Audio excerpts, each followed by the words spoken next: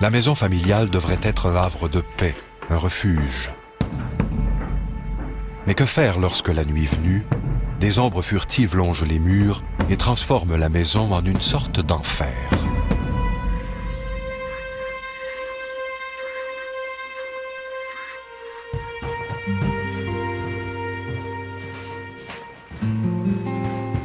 Les histoires de maisons hantées font partie de notre imaginaire collectif.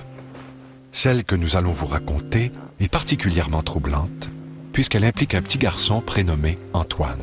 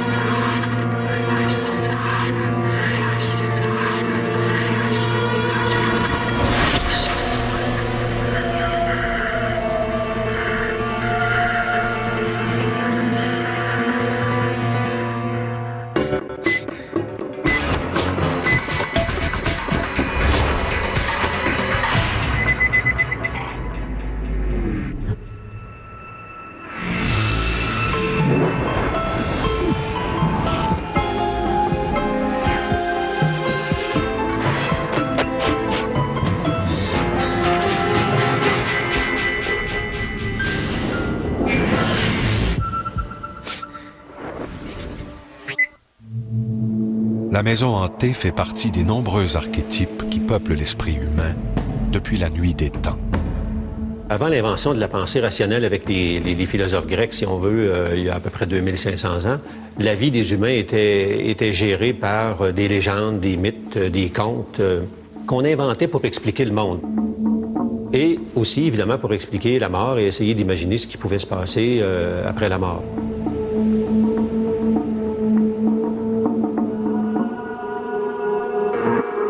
Le paranormal fait partie de la vie et il y a des gens qui sont sans doute plus sensibles à ça.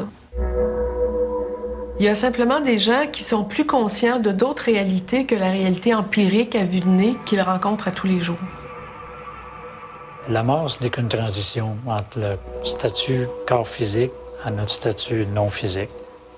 L'entité à l'intérieur est toujours là. Donc, c'est transiter de la vie physique à la vie post-physique jusqu'à la prochaine vie physique si on choisit d'en faire une autre.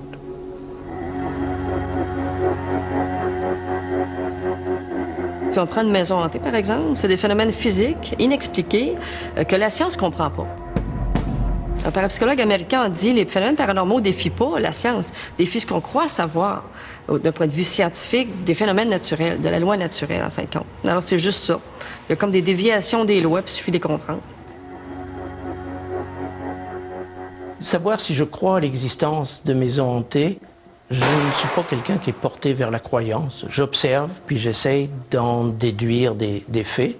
Et ce qu'on peut constater, c'est qu'il semble y avoir certains lieux où se produisent des phénomènes inexpliqués. Maison hantée ou habitée par des entités fortement ancrées sur le lieu physique, souvent c'est passager. Mais une maison où une entité s'est vraiment installée, il y en a moins, mais il y en a quand même. Je dirais qu'il y a facilement plus ou moins 1000 maisons ici au Canada qui sont réputées être habitées par des entités de ce type-là, qui ne veulent pas s'en aller, sont bien là.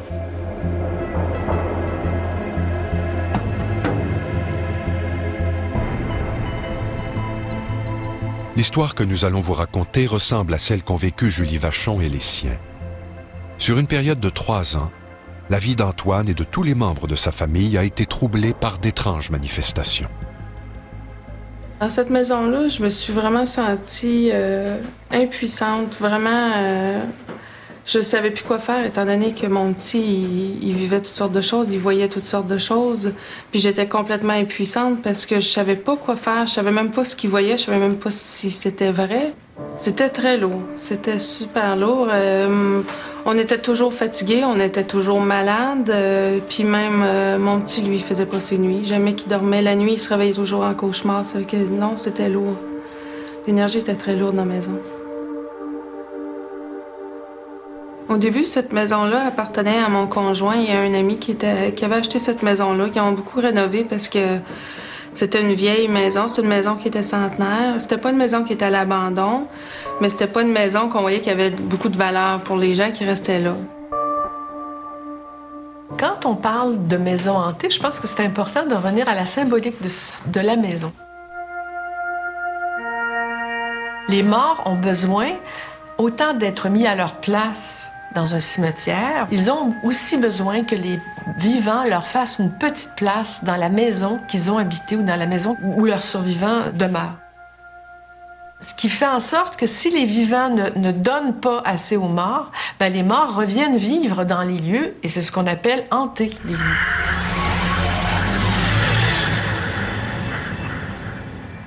Dans une maison qu'on dit hantée, il y a toutes sortes de phénomènes qui se produisent. Alors, notre explication en parapsychologie, c'est d'essayer de montrer que ce sont des êtres vivants qui peuvent être à l'origine de ces phénomènes-là, qui paraissent surgir de l'au-delà.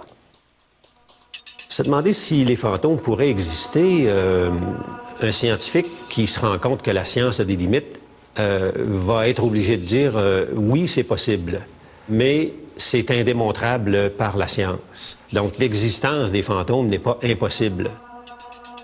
Aucun scientifique pourrait prétendre prouver, hors de tout doute, l'inexistence des fantômes. Quand il y a une entité qui reste dans un lieu pendant un certain temps, oui, elle va devenir à un moment donné chargée émotionnellement. Elle a beaucoup de difficultés à repartir par elle-même. C'est pour ça qu'ils vont chercher à manifester quelque chose pour être vu ou entendu pour qu'on puisse leur donner de l'aide. Souvent, c'est ça. C'est que l'entité, souvent, ne voit pas que d'autres personnes sont dans la maison. Dans la réalité qu'on voit de l'autre côté, l'être qui est là, pour lui, c'est nous les fantômes. C'est nous qui dérangeons parce qu'il entend des bruits, il va passer des ombres, alors que c'est lui qui est décédé, mais il ne sait pas. Très grande majorité des gens vont mourir de la même façon qu'on s'endort. On s'en aperçoit pas. Alors, on pense qu'on est vivant, puis on entend des bruits qu'on associe à des fantômes. Alors, ils ont aussi peur que nous, la plupart du temps, pensant qu'on est des fantômes qui viennent déranger leur façon de vivre. C'est Antoine, le petit garçon de la famille, qui ressent la présence des entités. Tous les nuits, il se réveillait, puis il s'en venait dans notre chambre en criant, puis en pleurant, puis il disait qu'il voyait des gens dans sa chambre. Puis même dans le jour, ça arrivait des fois aussi qu'il disait qu'il y avait une méchante madame qui était dans sa chambre, puis qui faisait peur, puis ça fait qu'il nous décrivait un peu qu'est-ce qu'il y avait de l'air. C'est sûr que des fois, au début, on y croyait pas. On disait, mon Dieu, ça y est, il y a des amis imaginaires, là, comme tous les enfants, beaucoup d'enfants ont, là. Mais au début, on y croyait pas, là. C'est dérangeant de voir un enfant qui est en butte à un phénomène de cet acabit-là. Ça peut être dérangeant pour un parent dans la mesure où l'intensité va au-delà de ce que la normalité d'avoir un enfant peut nous permettre d'accepter comme comportement de sa part. Aujourd'hui, l'imaginaire que nous avons est excessivement tolérant de la violence, excessivement tolérant des mythes et des tabous. Eh bien, à ce moment-là, ma foi, faut-il se surprendre d'avoir affaire à des cas comme ceux-là qui, malheureusement, se multiplient aujourd'hui à une allure qui est effrayante. Moi, je suis persuadée que les enfants peuvent voir quelque chose que nous, on ne voit pas. Ils ont accès à quelque chose que nous, on n'a pas. Ouais, les enfants ont un sixième sens peut-être plus éveillé que le nôtre. Alors, de 0 à 7 ans, on peut facilement voir des choses dans l'autre dimension qui nous apparaissent tout aussi vraies que les choses qu'on voit dans le monde physique. Alors, les enfants vont avoir des amis invisibles qui voient très bien leur parler. Mais à l'âge de 7 ans, il y a une déconnexion naturelle qui devrait s'opérer. Il y a des exceptions, mais généralement, à l'âge de 7 ans, ça s'arrête. Mon senti en lien avec tout ce monde subtil-là a toujours été là. Je me rappelle, j'étais petite, puis il fallait pas qu'il y ait une orteil qui sorte découverte, là, parce que je savais qu'il y avait des présences. J'ai toujours entendu aussi, sauf qu'en vieillissant, je l'ai fermé pour pouvoir vivre une vie plus normale. Mais je savais que ça existait. Tu sais, je leur demandais toujours de ne pas apparaître dans le miroir quand j'allais à la chambre de bain. Je sentais qu'il y avait quelque chose qui pouvait se manifester à tout moment. Quand les gens affirment avoir vu un fantôme, c'est un témoignage qu'on peut prendre au sérieux. Moi, j'ai tendance à faire confiance aux témoignages. Alors, je pense que quelqu'un qui affirme avoir vu un fantôme, c'est le cerveau qui a vu des choses. Ses yeux n'ont rien vu, son corps n'a rien rencontré, mais son cerveau fait comme si. Et quand on se réveille d'une expérience comme celle-là, on est vraiment sincèrement convaincu d'avoir vraiment vécu, d'avoir vraiment vu ça, mais c'est un mauvais tour que le cerveau nous joue. Antoine est le seul à voir les entités qui hantent sa maison. Malgré le fait qu'ils ne partagent pas les visions de leur enfant, les parents d'Antoine sont profondément troublés par les affirmations de leur fils. Il avait toujours peur d'aller dans sa chambre. Il avait sa chambre et la chambre de bain se trouvait être au 2e étage. Ça fait qu'il voulait jamais aller au 2e étage. Il avait peur d'aller aux toilettes, il avait peur d'aller se coucher. D'aller n'importe où dans la maison, ça allait. Mais d'être au 2e, il en avait toujours peur. Il y a un moment donné, il est arrivé, il est venu me rejoindre dans la cuisine, puis il m'a dit « Maman, les gens qui sont morts, ils s'ennuient beaucoup. On devrait penser plus souvent à eux autres. » Un enfant de 2 ans peut pas inventer ça, là, peut pas... Fait qu'à partir de là, pour moi, c'est là le déclic qui a commencé. C'est là que j'ai dit « OK, là, il y a quelque chose qu'il voit que nous, on voit pas, là. » Il fallait que j'aille de l'avant, il fallait que je m'informe, il fallait que... Je pouvais pas le laisser tout seul dans ce monde-là, dans cette peur-là. C'était non. À partir de là, j'ai commencé à croire ce qu'il me disait. Il existe des personnes dont la spécialité consiste à faire fuir les entités qui hantent les maisons. Voici Christine Lessard. Elle est géobiologue. C'est sûr que les gens rentrent en contact avec nous comme pour un service ou pour avoir de l'aide, c'est souvent parce qu'ils ont réellement besoin. Il y a beaucoup dans la clientèle des gens qui sont loin. Fait que c'était mon entraînement pendant plusieurs années de pouvoir travailler avec les maisons, mais de me rendre avant par méditation, par visualisation dans le lieu. Fait que c'est ce que je fais encore présentement. Si je travaille sur une maison à distance, je vais me rendre énergétiquement dans le lieu pour être capable de travailler sur le lieu. L'approche de Christine Lessard consiste à mesurer les différentes perturbations qui peuvent affecter un lieu. Par exemple, d'une faille dans le sol pourrait émaner un certain taux de radioactivité. Cette approche, qui n'est pas reconnue par la communauté scientifique, s'appelle la géobiologie. Les influences que la Terre peut avoir sur l'humain, sur nous, sur l'environnement, sont assez grandes parce que ça crée des champs magnétiques, ça va créer des changements vibratoires. La nature, elle nous parle, elle va nous le dire qu'est-ce qu'il y a en dessous. C'est juste qu'on n'a pas été habitué à étudier ça. Mais c'est une science qui existe depuis des milliers d'années, là. Dans les lieux, on peut se retrouver avec des perturbations de la Terre qui fait en sorte que ce lieu-là va venir à se charger vibratoirement ou va devenir comme un passage aussi pour les entités. Afin de déceler la présence d'entités qui pourraient hanter une maison ou un lieu, Christine Lessard utilise un instrument appelé une antenne de l'échelle. L'antenne, comment elle fonctionne, c'est qu'elle va marcher par résonance. C'est une onde ici qui circule.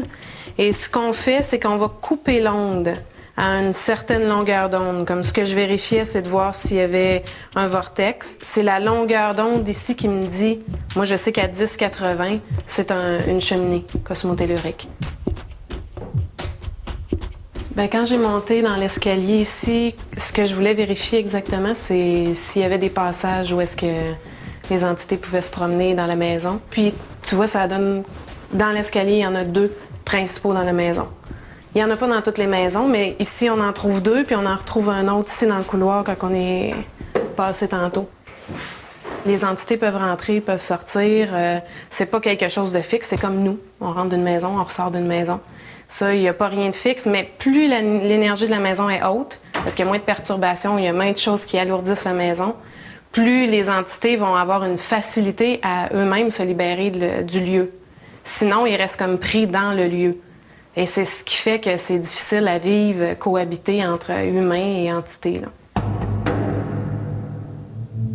Les âmes égarées peuvent aller où elles veulent dans le milieu où elles sont à l'heure actuelle. Certaines vont se regrouper ensemble. On a vu des endroits où il y avait 25-30 âmes égarées qui cohabitaient, communiquaient ensemble. C'est là qu'on a réalisé que la conscience était pleine et entière. La personne est tout à fait consciente qu'elle existe, même si elle n'est pas trop certaine de où elle est. C'est ce questionnement-là sur où je suis, un peu comme dans le sommeil, lorsqu'on rêve qu'on est éveillé pendant qu'on dort, on est un peu mêlé parce qu'on sait qu'on rêve, mais en même temps, on rêve qu'on est éveillé. Alors, la confusion est similaire à ce que l'âme peut vivre en dehors de son corps physique. Quand on parle de fantômes, de maisons hantées, d'esprits, c'est souvent rattaché à des secrets de famille, à des méfaits, à des histoires, par exemple, d'inceste, des histoires troubles qui n'auraient pas été liquidées. Donc, les morts, l'esprit des morts viendrait nous rappeler qu'on n'a pas fait le ménage entre vivants. On pourrait dire, si on extrapole, mais c'est vraiment de l'ordre de l'hypothèse, si on ne prend pas soin des morts, si on ne prend pas soin, on ne donne pas aux morts la place qui leur est due, ils viennent se venger.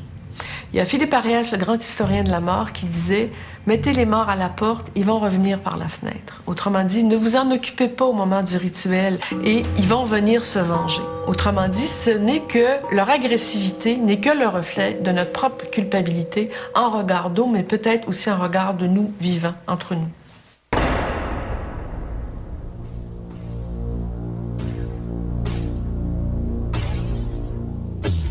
Le sommeil de la famille est de plus en plus perturbé par les cris de terreur d'Antoine, qui se réveille au milieu de la nuit. Il venait dans notre chambre en courant, puis là, à un moment donné, il nous a dit « Il y a un monsieur dans ma chambre qui donne des coups de bâton à ses enfants. » Au début, c'était insensé. Bon, en tout cas, il avait tellement peur, il tremblait, là. Tous les nuits, c'était pareil. C'était toujours à recommencer, à tous les soirs, là. J'y ai cru à un moment donné à ce qu'il me racontait, à ce qu'il me disait. C'était très cohérent, là. Il y avait des choses qu'un enfant ne pouvait pas inventer, pas cet âge-là. Là. C'était impossible. Il n'y avait rien autour de lui qui aurait pu faire, qui aurait pu créer ça, qui aurait pu inventer ça. Fait qu'il fallait que je m'informe, il fallait que j'aille de l'avant, parce que sinon, moi, je pourrais plus le suivre, là. Après la pause, nous chercherons à comprendre quelle est la nature des apparitions horribles qui hantent les nuits du petit Antoine.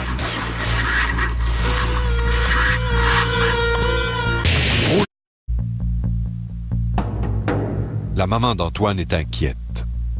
Elle aimerait bien que cessent les cauchemars terrifiants qui perturbent les nuits de son enfant. On avait essayé 3 fois de vendre la maison. À 3 reprises, ça ne fonctionnait pas. Moi, je me sentais comme si on était collés là.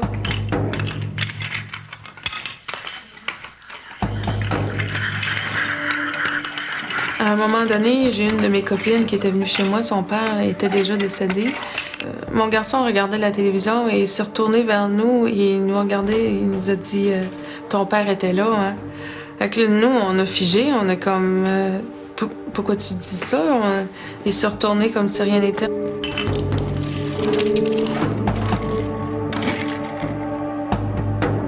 Il y a beaucoup de gens qui ne sentiront pas qu'il y a des entités dans leur maison. Qu'il peut y avoir quelqu'un dans notre maison, puis on ne veut pas non plus que ça se manifeste. Fait que c'est les enfants qui sont souvent notre point de repère, qui nous dit il y a quelque chose qui se passe. Au début, il était très mal avec ça. Il avait très peur, il était très anxieux. Du moment que moi, j'ai commencé à lui poser des questions, à le faire parler, ah là, il était heureux. Là, il était content, il s'était trouvé une oreille, là. Il s'était trouvé une personne avec qui il pouvait en parler. Même s'il était conscient que je ne voyais pas la même chose que lui, j'essayais de m'intéresser, puis là, il s'est mis à en parler de plus en plus. De nombreuses questions surgissent dans la tête des parents d'Antoine sans qu'ils ne puissent y trouver de réponse. Est-il possible que la maison soit frappée par une malédiction? Est-il possible qu'un lieu soit hanté par des esprits maléfiques?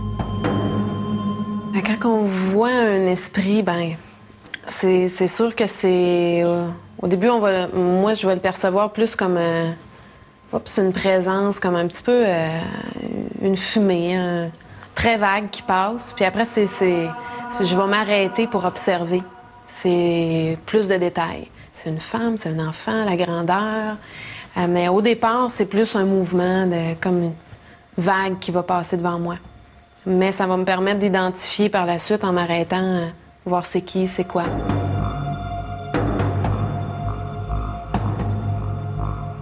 On fait souvent la confusion entre phénomènes paranormaux et surnaturels.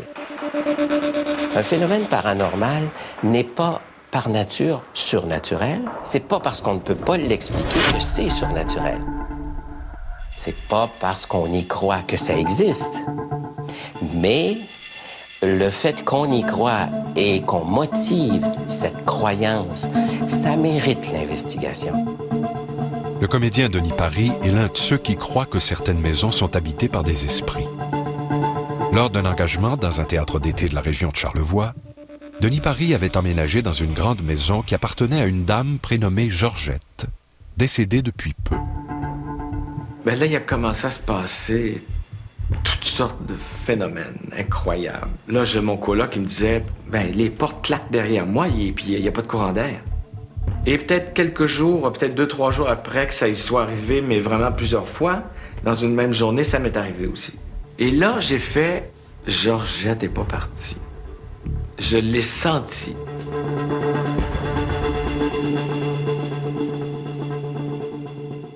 Parmi les phénomènes qui sont perçus et observés par les personnes, il y a l'impression qu'il y a une présence dans la maison qui les observe, qui cohabite dans l'habitation avec eux. Et alors, ces gens-là ont souvent tendance à appeler cette présence-là un fantôme. C'est très difficile d'objectiver quelqu'un, enfin le fait de sentir qu'il y a une présence. Donc c'est très difficile à vérifier. Bien, une maison hantée, c'est tout simplement ça. Un endroit où se déroulent des phénomènes physiques qui ne devraient pas se produire. Ça ne veut pas dire qu'il y a une volonté derrière, ça ne veut pas dire qu'il y a un mort derrière, qu'une entité décédée revient se manifester. Les mots, t'as dit message, oubliez ça, il n'y a pas de message dans une maison hantée. C'est des phénomènes aléatoires. Ça cogne dans le mur, pointer la ligne. Alors, c'est surtout ça, des phénomènes physiques qui défient ce qu'on croit savoir. Quand les entités vont créer un mouvement avec un objet ou avec une porte, c'est parce qu'ils ont souvent besoin d'aide. Ils ont souvent besoin de faire appel à quelqu'un pour dire « j'ai besoin de lumière pour monter mes vibrations, pour faire le chemin que j'ai à faire ». Les entités qu'on a de l'autre côté ou qui peuvent rester sur Terre, on a choisi de ne pas s'éloigner du monde physique où on a vécu dans notre corps physique. Il y a évidemment les mêmes types de caractères qu'on peut vivre sur Terre. La conscience est complète. Le caractère de la personne qu'elle avait sur Terre, elle l'a de l'autre côté aussi. Vous en avez d'autres qui sont vraiment maîtres des lieux puis qui vont essayer d'expulser toute autre personne qui habite le lieu. Plus agressif un peu. C'était peut-être des gens un peu plus rock'n'roll dans leur corps physique. Pour Denis Paris, les nombreuses manifestations de l'esprit de Georgette s'expliquaient par le fait que la dame, décédée d'un cancer, refusait sa mort et n'arrivait pas à se détacher de sa maison. Tout au long de l'été, Georgette aurait manifesté sa présence régulièrement et parfois de façon surprenante. Le metteur en scène d'un de nos spectacles, c'était son anniversaire, tout ça. Alors moi, j'amène des lys à Joseph, des lys oranges. Et les étamines sont pas enlevées. On n'a pas retiré les étamines qui sont pleines de pollen. Je me frôle ça sur le T-shirt qui était avec une immense tache. Je l'ai fait tremper dans une solution pour blanchir spéciale, rien à faire. Avant d'aller se coucher, je prends le T-shirt puis je lance comme ça sur la laveuse. Puis je dis, bon, écoutez, Georgette, Là, c'est le temps de montrer, tant qu'à vous manifester, nettoyez donc mon T-shirt. Et le lendemain matin, mon T-shirt était immaculé, blanc, comme si je venais de l'acheter. Alors, c'était assez spécial. Denis Paris et ses amis vivaient les manifestations de Georgette avec beaucoup de légèreté. Ce n'était pas le cas d'Antoine et de ses parents. Découragés et dépourvus face à des manifestations totalement inexplicables, ils avaient cruellement besoin d'aide, mais ne savaient pas vers qui se tourner.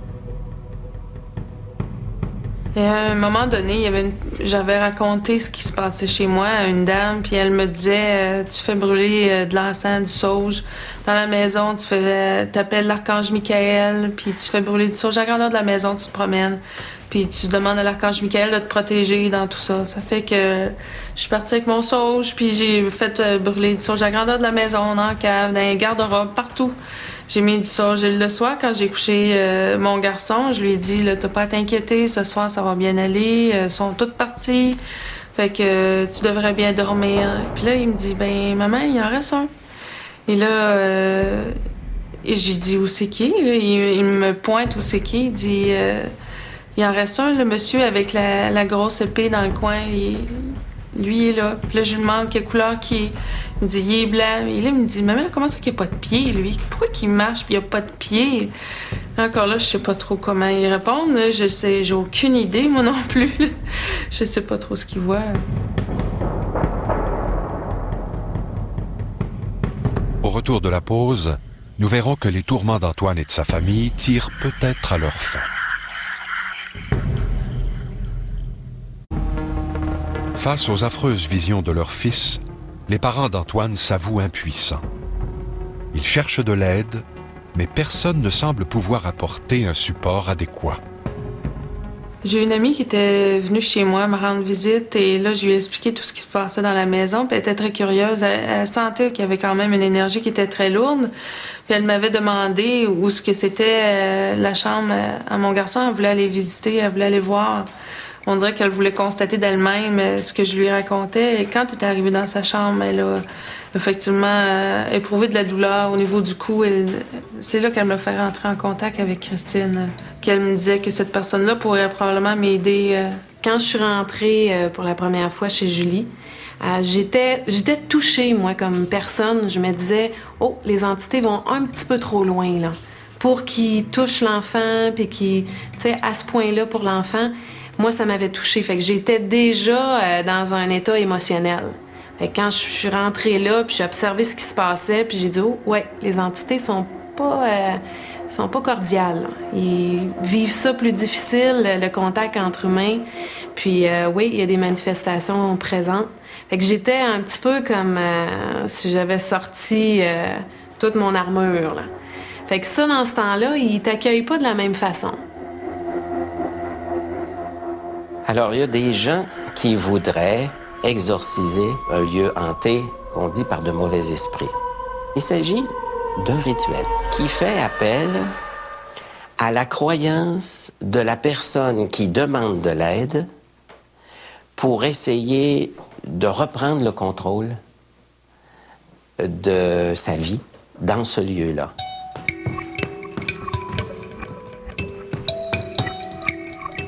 Le terme nettoyeur d'entités, ça m'apparaît un terme tout à fait moderne et tout à fait hygiéniste. Comme si les entités étaient quelque chose de sale. Il y a quelque chose de l'ordre de la purification là-dedans qui me laisse un peu perplexe. Je préférerais que on questionne l'histoire des relations intergénérationnelles plutôt que d'arriver avec une personne qui, toute intentionnée soit-elle, bien intentionnée soit-elle, se propose de liquider la trace des morts.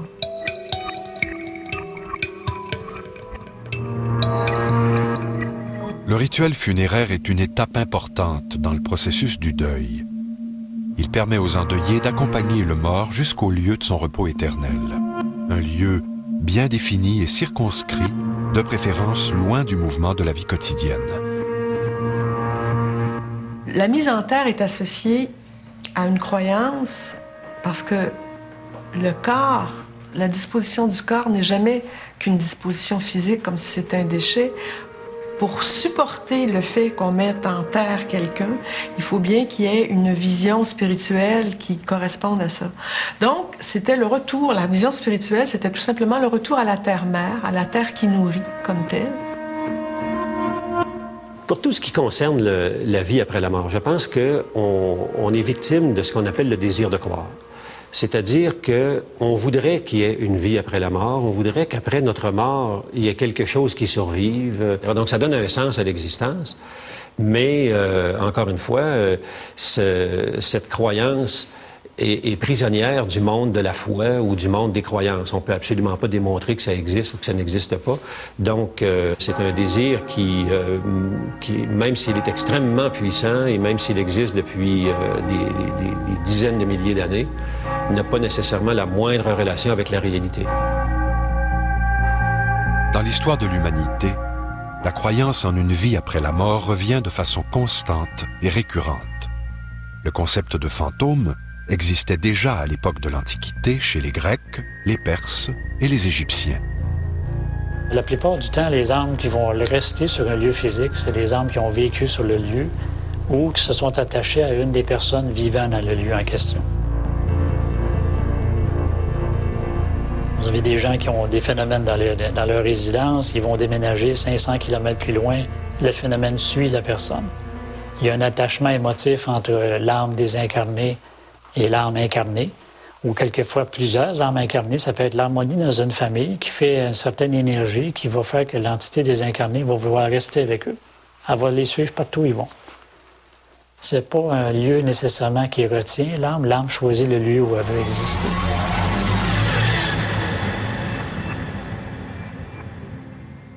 Une entité qui a vécu une mort plus tragique va vivre quelque chose de plus difficile comme vibration intérieure. On va le sentir comme peut-être plus colérique. Ça, on va le percevoir plus comme foncé, plus gris foncé. C'est moins lumineux, c'est moins blanc. Fait que là, on sait qu'il y a quelque chose qui s'est passé. Parce que la lumière va vraiment s'émaner à partir du cœur. Fait qu'un enfant qui est décédé comme un enfant battu, c'est sûr qu'il émane plus de lumière à partir de son cœur. Il est blessé. Fait que la lumière qu'on va percevoir de l'entité est beaucoup plus sombre. Puis c'est pas parce qu'il est méchant, c'est parce qu'il souvent il y a une blessure, une mort plus difficile. Fait que ça fait que l'entité, on la perçoit plus lourde. Christine Lessard se rend donc chez Julie Vachon, munie de son antenne de l'échelle. Elle a pour objectif de déceler la présence et le type d'entité qui hante la maison, afin de procéder, le cas échéant, au nettoyage. La première chose que Christine elle a fait en rentrant dans la maison, c'est elle nous a posé des questions sur la maison, l'âge, qui avait habité là, s'il y avait eu des faits, des choses qui s'étaient passées dans la maison. Ensuite, elle a fait un croquis, un plan sur papier de la maison. Quand je suis rentrée dans la maison à Julie, c'est ce que j'ai observé qui m'a le plus impressionnée, c'est la quantité d'entités qui étaient là. Là, ça veut dire qu'il y avait quelque chose qui perturbait vraiment le lieu. Fait que souvent, ça veut dire que ça fait longtemps. Ça veut dire qu'avant que la construction de la maison a été faite, il y avait déjà quelque chose qui se passait sur ce lieu-là. Christine, elle se promenait dans la maison et là, elle voyait toutes sortes de choses. Elle nous parlait de les genres de personnes qui étaient dans la maison parce qu'elle disait qu'il y a énormément de personnes qui étaient chez nous. Et dans la chambre, à mon garçon, il se trouvait avoir comme un vortex, comme une cheminée tellurique qui appelle cosmotellurique, où ça faisait comme une porte d'entrée pour les entités. Christine Lessard se déplace d'une pièce à l'autre à la recherche d'entités. Le fils de Julie Vachon est à ses côtés et la suit partout, comme si la présence de Christine le rassurait. Elle s'est promenée dans la maison, elle est allée dans la chambre à mon garçon. Et c'est là que le contact s'est fait entre mon garçon et Christine. Et puis là, il y avait un langage, eux autres, ensemble, que nous autres, on comprenait pas. Puis à la suite de ça, lui, quand elle a commencé vraiment à se concentrer, il s'est agrippé à ses jambes. Il s'est vraiment jeté à terre, il s'est agrippé à ses jambes.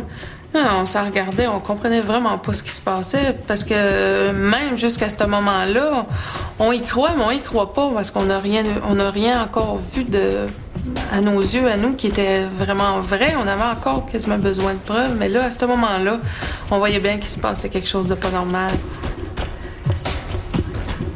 Ça allait quand même bien au début, mais au fur et à mesure que moi, je me disais, OK, là, sont vraiment pas collaboratrices.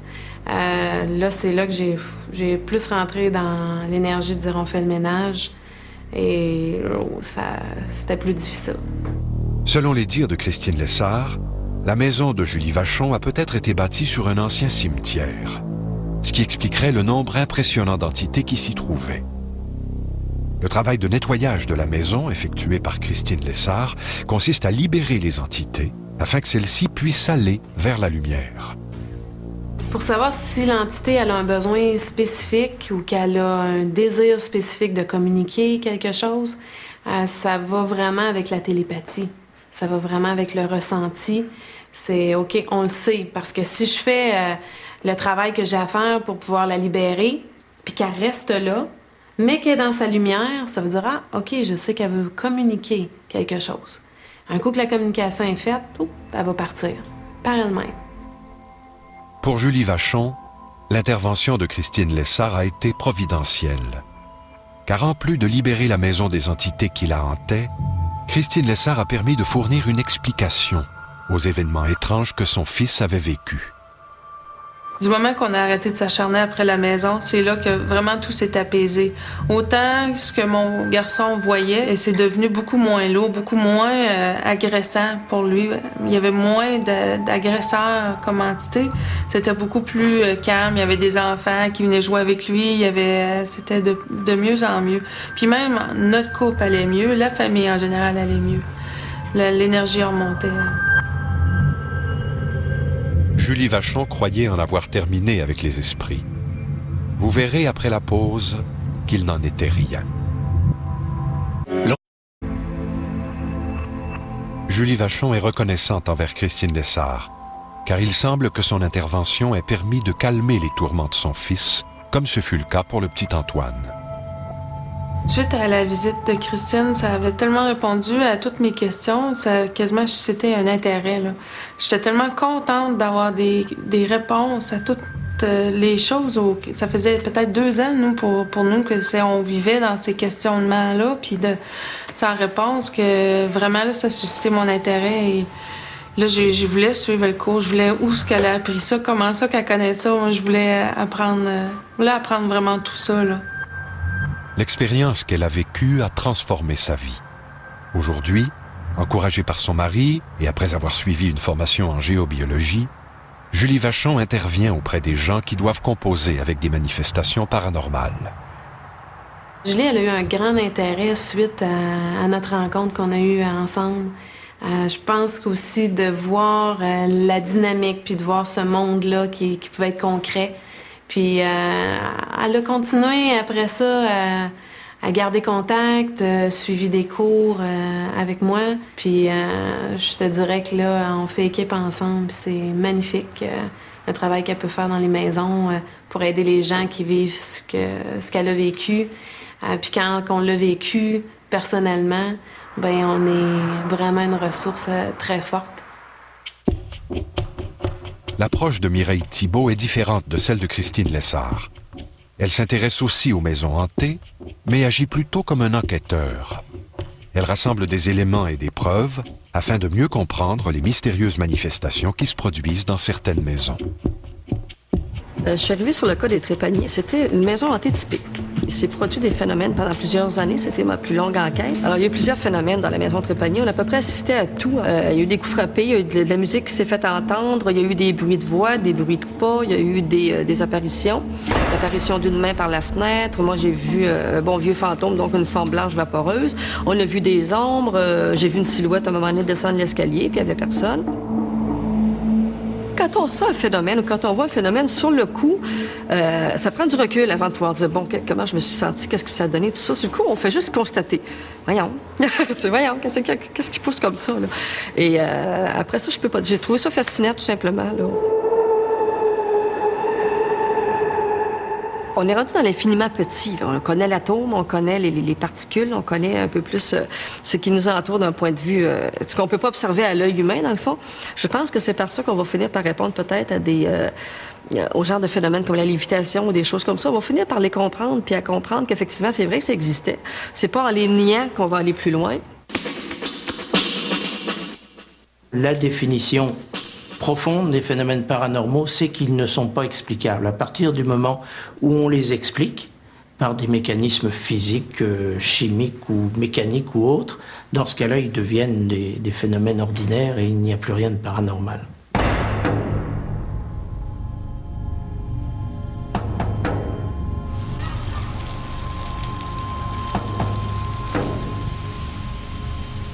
On a comme besoin de croire à une autre dimension, à une autre réalité, à croire à des phénomènes plus que mystérieux. C'est pas seulement le mystère, c'est la magie. L'humain moyen a un espoir qu'il existe autre chose, une autre dimension, qu'il existe du merveilleux et de la magie. Et je pense que c'est ce qui explique l'attrait pour les phénomènes paranormaux et l'espoir qui existe du surnaturel et la vie après la mort. Je pense que ça explique dans une très large mesure l'existence des religions.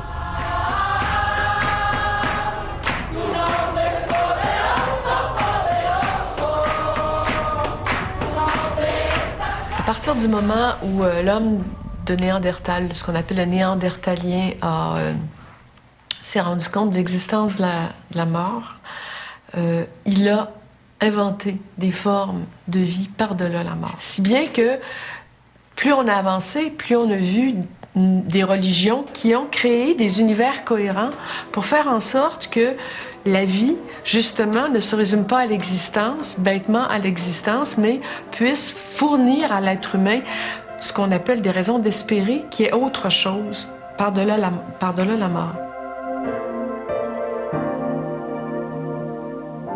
La croyance en la vie après la mort, c'est une croyance qui nous habite. Personnellement, je dois dire, même après 40 ans, que je n'en ai pas la preuve.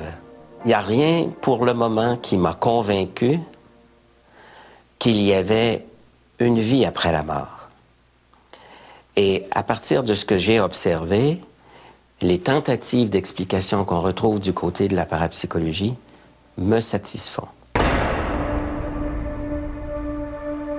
En fait, la mort, on pourrait considérer que c'est un changement, dans le sens qu'il y a quelque chose qui change, le corps arrête de vivre comme tel. Le reste, on ne le sait pas. On n'en a aucune idée. Est-ce qu'il y a une vie après la mort? Est-ce que tout arrête là? Est-ce qu'il n'y a que la vie physique ou est-ce qu'il y a vraiment une vie spirituelle ou quoi que ce soit d'autre? Personne, pour l'instant, d'un point de vue scientifique, clair et précis, est capable de répondre à ça. La vie après la mort, comme je dis souvent à des gens, la vie après la mort du corps. Il faudrait préciser parce que la mort n'existe pas à part la transition du corps physique. Ce qui est fascinant, c'est qu'on est des êtres éternels, puis on ne le sait pas.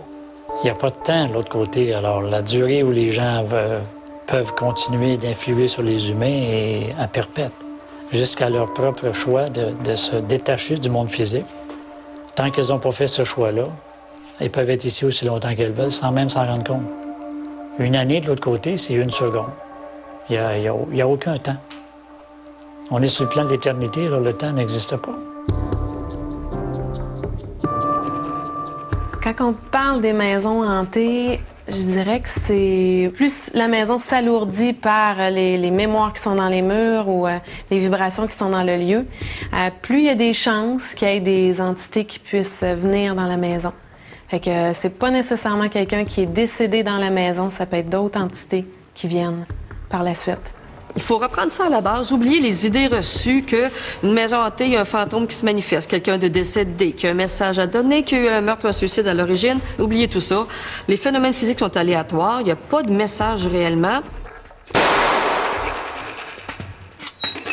Alors, il faut tout remettre en cause, enlever les idées reçues, enlever les légendes urbaines qui sont véhiculées depuis la nuit des temps là-dessus et regarder tout ça d'un œil neuf. Vous voyez un phénomène, observez-le, essayez de voir, de comprendre, essayez de toucher, essayez d'expliquer ce qui s'est passé. C'est sûr que les gens portent peut-être beaucoup trop d'attention sur le phénomène des maisons hantées. C'est extrêmement rare. Il y a beaucoup quand même d'entités dans des maisons. Il peut en avoir, mais c'est pas nécessairement tout le temps des gros méchants, tu sais, où ce que c'est épeurant, où ce que les portes ils claquent et c'est très rare. Aujourd'hui, Antoine et sa famille ont retrouvé un peu de paix. Les visions d'horreur du petit garçon ne sont plus qu'un mauvais souvenir. Mais que reste-t-il de cette étrange aventure? Ça a vraiment changé ma vie dans plusieurs aspects. Au niveau de la perception que j'ai de la vie est complètement différente. C'est même, j'avais lu dans un livre du Dalai Lama qui disait « Si vous voulez méditer sur la vie, commencez par la mort ». J'ai aucun doute qu'il y a une vie après la mort. J'ai aucun doute. Et puis même, ça fait la beauté de la vie.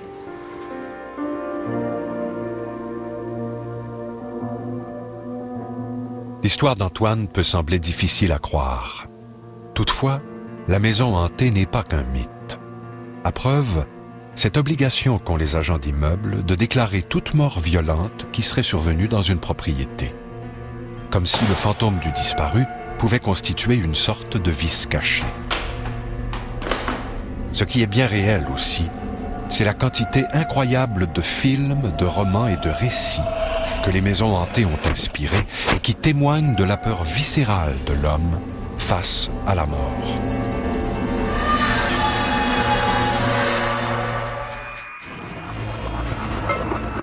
Elle m'a séduit au premier regard. J'étais prêt à lui offrir mon argent et des bijoux, mais ce n'était pas assez. Elle en voulait plus. Belle et dangereuse, dans un instant à Canal D.